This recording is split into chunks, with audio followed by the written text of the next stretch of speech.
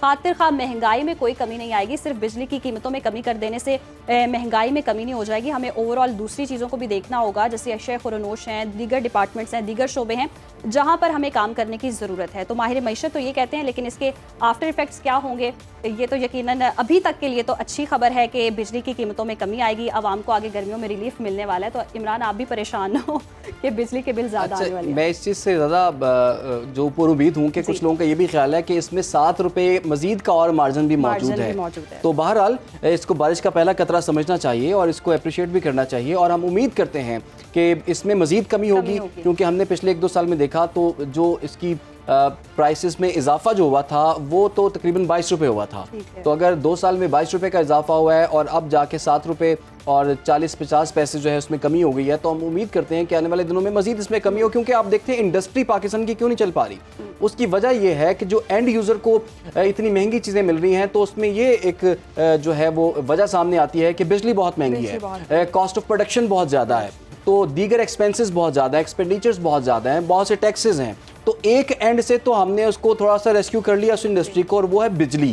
اور بجلی جب اس کی پرائسز کم ہوں گی تو ظاہر سی بات ہے جو پروڈکٹس بن کے آئیں گی ان کی پرائسز جو ہیں وہ بھی کمی ہوں گی. اور نیپرا میں بھی ایک فیول ایڈجسٹمنٹ کی جو ایک سماعت چل رہی ہے, اور اس میں بھی اطلاعات یہی ہیں کہ کچھ پرائسز جو ہیں اس میں بھی جو ایڈجسٹمنٹ جو ہیں اس کی وجہ سے کچھ بجلی کی قیمتیں کم ہوں گی. تو یہ اوور آل پورے پاکستان کے لیے, خاص طور پر گھریلو صارفین کے لیے ہم نے بات کی ہے, پروٹیکٹڈ جو گھریلو صارفین ہیں ان کی بات کی ہے, اور خاص طور پر انڈسٹری, یعنی کہ پورے پاکستان میں بجلی کی قیمتیں جو ہیں وہ کم ہوں گی, اور اس کا ٹرکل ڈاؤن ایفیکٹ ہماری اکانومی کو جو ہے وہ آگے دیکھنے کو ملے گا. ہمیں ایک مرتبہ پھر سے جوائن کر لیا.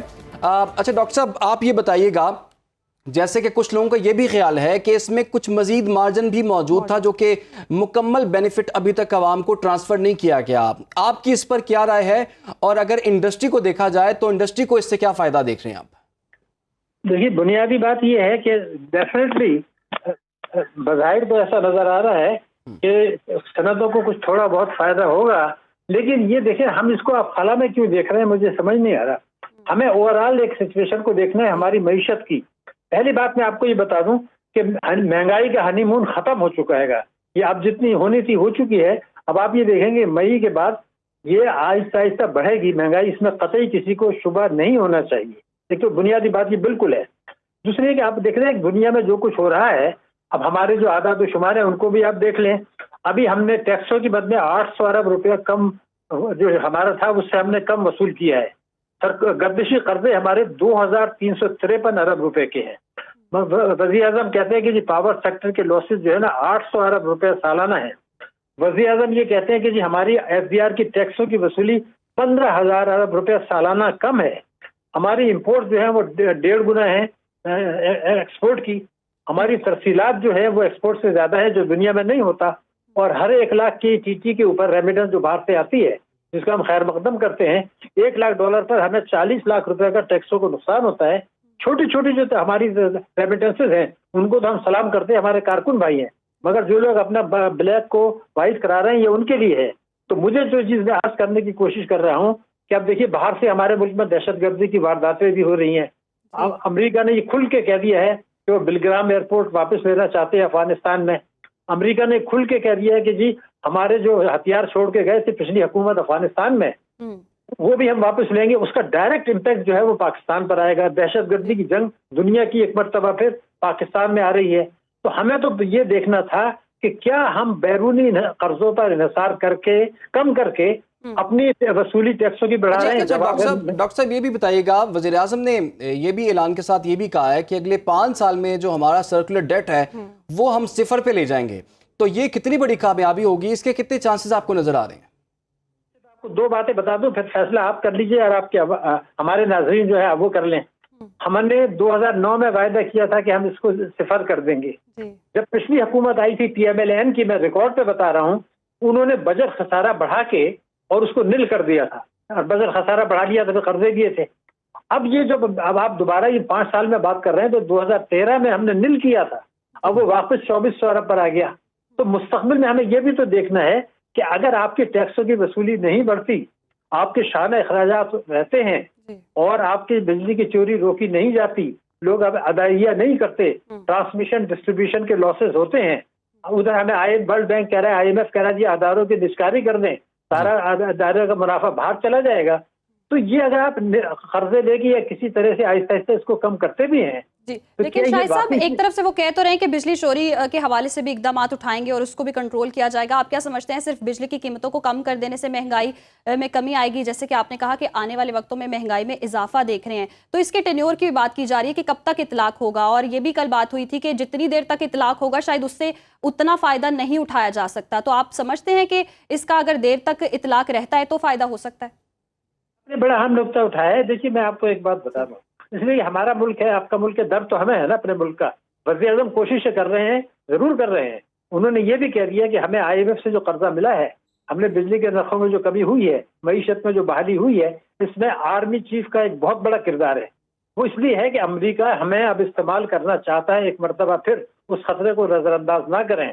وزیر اعظم شہباز شریف صاحب جو کوششیں کر رہے ہیں, میں یہ نہیں کہہ رہا وہ نہیں کر رہے ہیں, لیکن آپ ہمیں تو یہ دیکھنا یہ ہے کہ کیا واقعی اس طریقے سے یہ ہماری بہتری آ جائے گی. اس لیے میں عرض کر رہا ہوں کہ ایک بالکل آپ کو نقطہ بتا دوں, آپ اپنا اکاؤنٹ میں چیک کر لیجئے, مہربانی کریں. کروڑوں لوگ ہیں, کروڑوں لوگ, جنہوں کو جون 2024 میں 100 روپے پر 20 روپے کا منافع ملا تھا. 20.5% جون 2024 میں بینکوں نے بچت کھاتوں پر 20.5%. آپ اپنے اکاؤنٹ میں چیک کر لیجئے. اب مارچ میں انہوں نے دیا 10.5%. اگر 23,000 ارب کے جو ڈپازٹ ہے اس پر آپ نے ان کی آمدنی آدھی کر دی, تو ان بیچاروں کی پرچیزنگ پاور, قوت خرید کم ہو گئی. تو اگر گیہوں کم بھی ہو گیا یا مہنگائی کم بھی بڑھی ہے, تو میری جیب میں جو آمدنی تھی وہ تو آدھی رہ گئی نا. 20.5% جو ہے حکومت کے اعداد و شمار ہیں منافع کے, اور 10.5 بھی حکومت کے ہیں, اور کروڑوں لوگ ہیں. 23,000 ارب روپے ہے. تو میں یہ کہہ رہا ہوں کہ دوسری جیب سے جو ان کے جا رہا ہے اس کو بھی تو دیکھیں نا. ضرور اچھا قدم کیا, کمی کی ہے. بالکل, یہ ڈاکٹر صاحب آپ نے بڑا اہم نقطہ اٹھایا ہے, اور آپ نے بالکل ٹھیک کہا کہ پکچر کو مکمل طور پر دیکھنا چاہیے اور ہولسٹک اپروچ اس میں رکھنی چاہیے, اور دیکھنا چاہیے کہ معاشی طور پر اس کا کیا امپیکٹ ہوگا, پاکستان کی معیشت کو کتنا کنٹریبیوشن ملے گا, اور آنے والے دنوں میں اس کا کیا امپیکٹ دیکھ رہے ہیں. بہرحال آنے والے پروگرامز میں بھی ہم اس پہ بات کرتے رہیں گے. ڈاکٹر صاحب آپ کا فی الحال کے لیے بہت شکریہ. آگے بڑھتے ہیں جی. ایک اور اہم معاملہ ہے, امریکی صدر ڈونلڈ ٹرمپ کی جانب سے دنیا بھر کے کئی ممالک پر ٹیرف عائد کیے جانے کے بعد اس کے آفٹر شاک سامنے آنے لگے ہیں, اور امریکی صدر ڈونلڈ ٹرمپ کی جانب سے تجارتی جنگ چھڑے جانے کے بعد امریکہ اور ایشیائی اسٹاک مارکیٹیں کریش کر چکی ہیں. سرمایہ کاروں کے کروڑوں ڈالر ڈوب گئے ہیں. امریکی منڈیاں 2020 کے بعد بدترین گراوٹ کا شکار. جی بالکل, اور اسی حوالے سے بات کرنے کے لیے ہمارے ساتھ موجود ہیں ماہر معیشت ڈاکٹر تیمور رحمان صاحب. بہت شکریہ سر آپ کے وقت کا. سر ہم دیکھ رہے ہیں کہ جیسے ہی ڈونلڈ ٹرمپ کی جانب سے اعلان کیا گیا ہے ٹیرف کا, اس کے بعد سے جو معیشت ہے کتنا انفیکٹ دیکھ رہے ہیں آپ پاکستان پر بھی اور دیگر ممالک پر بھی, خطے پر بھی, کہ معیشت کے حوالے سے کیا بحران آ سکتا ہے اور کیا فائدے اس کے ہو سکتے ہیں؟ اگر بین الاقوامی منڈی کے اندر اتنا بڑا بحران آ چکا ہے جیسے آپ نے درست فرمایا, تو اس کے اثرات سے نہیں بچ سکا. اور ماں سوائے ان ملکوں کے جن کی ڈومیسٹک اکانومی بہت ہی اسٹرانگ ہے اور انڈیپینڈنٹ ہے, میرے ذہن میں مثال طور پہ چین ہے, اس کے علاوہ تقریباً تمام ملکوں پہ اس کے بڑے گہرے اثرات نظر آئے. پاکستان کے اندر وقت ہم نے انفلیشن کو اتنا کم کر لیا ہے, مینلی کیونکہ ہمیں IMF سے قرضہ ملا ہے, تو اب بالکل انفلیشن آلموسٹ 1% سے بھی نیچے آ چکی ہے. تو ہم یہ دیکھیں گے پر اینم کے حساب سے, تو ہم یہ دیکھیں گے کہ آئندہ وقت کے اندر انفلیشنری پریشر دوبارہ سے پاکستان کے اندر بڑھ جائے گا ٹرمپ کی ٹیرف پالیسی کی وجہ سے. اور ظاہری بات ہے جہاں انفلیشن اس طرح سے بڑھے گی کیونکہ کاسٹ کے اندر انکریز آئے گی, تو اس کے نتیجے میں پھر اکانومی کے اندر بھی اسٹیگفلیشن ممکن ہے. اچھا ڈاکٹر صاحب یہ بھی بتائیے گا, جو اتنا بڑا سٹیپ امریکی صدر ڈونلڈ ٹرمپ نے لیا اور ٹیرف جو عائد کیا گیا ہے, اور ہم دیکھ رہے ہیں پوری انٹرنیشنل مارکیٹ جو ہے اس وقت ہمیں پریشانی میں نظر آ رہی ہے, کیا یہ عالمی منڈیاں جو ہیں وہ ریکور کر پائیں گی, اور جو ترقی پذیر ممالک ہیں یا کم ترقی یافتہ ممالک ہیں وہ کس طرح سے سروائیو کر پائیں گے؟ جی یہ دیکھیں, ٹرمپ صاحب نے یہ کیا اس وجہ سے ہے کہ 1.2 ٹریلین کا ان کا ڈیفیسٹ چل رہا ہے, یعنی کہ ٹریڈ ڈیفیسٹ, اور اس کے ساتھ ساتھ 1.8 ٹریلین کا ان کا گورنمنٹ ڈیفیسٹ بھی چل رہا ہے. اور ان کا یہ خیال ہے کہ ٹیرف لگانے کے نتیجے میں یہ جو 1.2 ٹریلین کا جو ٹریڈ ڈیفیسٹ ہے اس کو کم کرنے میں یہ کامیاب ہوں گے. مگر جیفری سیکس نے بہت اچھی اس پہ پورا مضمون لکھا ہے جس میں انہوں نے ایکسپلین کیا ہے کہ در حقیقت یہ جو ٹریڈ ڈیفیسٹ ہے یہ اصل میں بجٹ ڈیفیسٹ کے ساتھ لنکڈ ہے، اور بجٹ ڈیفیسٹ جو ہے وہ امیروں کی ٹیکس ڈیڈکشنز یا ٹیکس ایگزمپشنز اور ان کی سبسڈیز اور فورن جنگوں کے ساتھ جڑا ہوا ہے۔ جب بجٹ ڈیفیسٹ بڑھ جاتا ہے گورنمنٹ جو ہے وہ پھر ڈیفیسٹ فائنینسنگ کرتی ہے جس سے انٹرسٹ ریٹ بڑھ جاتے ہیں، جب انٹرسٹ ریٹ بڑھ جاتے ہیں تو دوسرے ملک امریکن ٹریجری بلز خریدنے کے لیے اپنے پیسوں سے ڈالر خریدتے ہیں، اس سے ڈالر اپریشیٹ ہو جاتا ہے۔ جب ڈالر اپریشیٹ ہو جاتا ہے تو امریکہ کے ایکسپورٹس مہنگے ہو جاتے ہیں، جب امریکہ کے ایکسپورٹس مہنگے ہو جاتے ہیں تو ان کا ٹریڈ ڈیفیسٹ بھی بڑھ جاتا ہے۔ یہ بہت ہی سوفسٹیکیٹڈ انالیسس ہے، تو اس کا مطلب یہ ہے کہ یہ جو اپروچ ڈونلڈ ٹرمپ صاحب نے اپلائی کی ہے یہ economically sense it doesn't make economic sense اس کا، کیونکہ ٹرمپ صاحب جو ہیں وہ ڈاکٹر صاحب اگر اکنامکلی اس کی سینس نہیں بن رہی ہے تو اس کے پیچھے پھر ان کی اسٹریٹجی کیا ہے؟ کیونکہ مارکیٹ جس طرح سے کریش کر گئی ہے تو یہ کیا مستقل رہے گی؟ جی میں یہ کہہ رہا تھا کہ ٹرمپ صاحب جو ہیں وہ جو ٹیکس ایگزمپشنز اور دے رہے ہیں امریکہ کے اندر ان کو وہ ختم نہیں کر رہے، جس طرح مسک وغیرہ کے پاس ہیوج ٹیکس ایگزمپشنز اور سبسڈیز وغیرہ ان کو مل رہی، ان کو وہ ختم نہیں کر رہے، جس کی وجہ سے یہ جو بجٹ ڈیفیسٹ ہے وہ کم نہیں ہوگا، اور جب بجٹ ڈیفیسٹ کم نہیں ہوگا تو ٹریڈ ڈیفیسٹ والا معاملہ بھی حل نہیں ہوگا، تو رزلٹ یہ ہوگا کہ امریکہ کے اندر بھی مہنگائی بڑھے گی اور دنیا کے اندر بھی مہنگائی بڑھے گی، اور اس سے تھرڈ ورلڈ کی اکانومیز اور ورلڈ کیپٹلسٹ مارکیٹ پہ منفی اثرات ہوں گے۔ ٹھیک ہے، اچھا ڈاکٹر صاحب ایک یہ بھی چیز بتائیے گا، جو اکنامک اسٹریٹجی امریکہ کی جانب سے ہمیں نظر آئی ہے ان کا کیا اتنا بینیفٹ اس میں ان کو نظر آیا کہ انہوں نے پوری دنیا کی اکانومی کو سٹیک پہ لا کے کھڑا کر دیا؟ بالکل بینیفٹ نہیں ہوگا ان کو، کیونکہ ظاہری بات ہے امریکہ کی اپنی اکانومی جو ہے وہ کئی حوالوں سے پوری ورلڈ اکانومی کا لنچ پن اور سینٹر ہے، کیونکہ جو ریزرو کرنسی ہے پوری ورلڈ اکانومی کی وہ یو ایس ڈالر ہے، آج بھی ہارڈ کرنسی وہ ہے، پوری دنیا کے اندر تجارت یو ایس ڈالر کے ساتھ لنکڈ ہے۔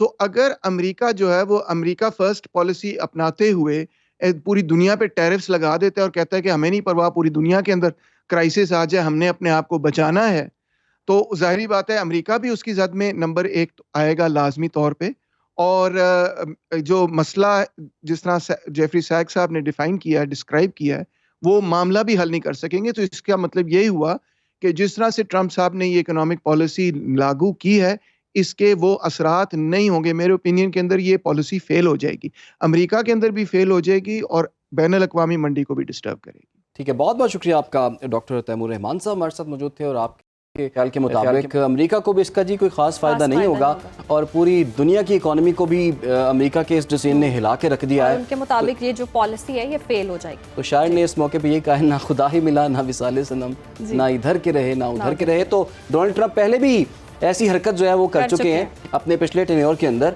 اور اس کا بھی کوئی خاص امریکہ کو فائدہ نہیں ہوا تھا، اور کچھ لوگ تو یہاں تک بھی کہتے ہیں کہ ڈونلڈ ٹرمپ نے جو ایگزیکٹو آرڈر پہ دستخط کیے ہیں اس کے بینیفیشری ان کے وہ کاروباری دوست ہیں، اب وہ کون ہیں وہ آپ کو بھی پتہ ہے، لیکن ہیں تو وہ بزنس مین، انہوں نے کوئی نہ کوئی اگر یہ ڈیسیجن لیا ہے تو اس کے پیچھے کوئی نہ کوئی ان کا جو ہے فائدہ تو ہوگا، تبھی یہ ڈیسیجن لیا ہے۔ خیر پروگرام میں یہاں وقت ہوا ہے بریک۔ ویلکم بیک ناظرین، پروگرام میں آگے بڑھیں گے۔ دریائے سندھ کے پانی کے استعمال کے معاملے پر پنجاب اور سندھ کے درمیان اختلافات کھل کر سامنے آ رہے ہیں۔ دریائے سندھ کے پانی سے ملک بھر میں 48 لاکھ ایکڑ بنجر میں کارپوریٹ فارمنگ کے لیے استعمال کرنے کا 6 نہروں کا منصوبہ کھٹائی میں پڑ گیا ہے۔ بظاہر تو یہ ملکی زرعی معیشت کے لیے شاندار منصوبہ ہے، مگر حکومت کی اتحادی جماعت پاکستان پیپلز پارٹی اور اپوزیشن نے اس کے نال منصوبے پر تحفظات کا اظہار کیا ہے۔ وزیر اعلیٰ سندھ مراد علی شاہ کا کہنا ہے کہ کینالز منصوبے پر پیپلز پارٹی کے خلاف پروپیگنڈا کیا جا رہا ہے۔ صدر مملکت نے کینالز کے حوالے سے کوئی سمری منظور نہیں کی۔ کینالز کی تعمیر کے لیے کی منظوری ضروری ہے، ہمیں بلوچستان اور خیبر پختونخوا کی بھی حمایت حاصل ہے، اور اس مسئلے پر احتجاجاً حکومت چھوڑ دی تو وفاقی حکومت کو فری ہینڈ مل جائے گا۔ اس پر انہوں نے کیا کہا، آئیے دیکھیں۔